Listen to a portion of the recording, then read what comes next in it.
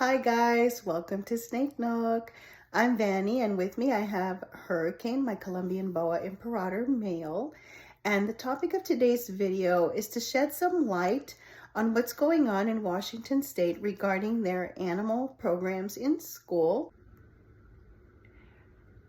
Hurricane had to go back into his enclosure. He had gotten terribly tangled in my hair, so now I have Torrent to help me out here with the intro. Anyway, back to the topic of the video.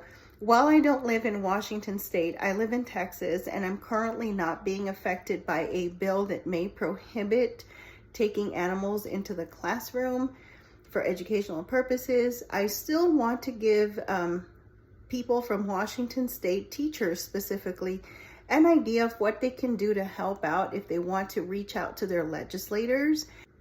Educators can include a lesson plan with their letter to the legislators explaining to them why animals are important in the classroom. And Torrent has completely disappeared into my hair. I no longer have a co-host or a sidekick for this intro. Anyway, I will be reading a portion of the information that I found on USARK regarding these bills just for more accuracy.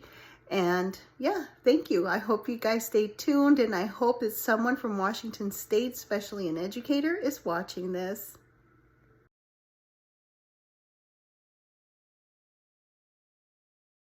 For more information, visit USARK.org. SB 5148 and HB 1157 have been pre-filed in Washington State. Like that? Or like...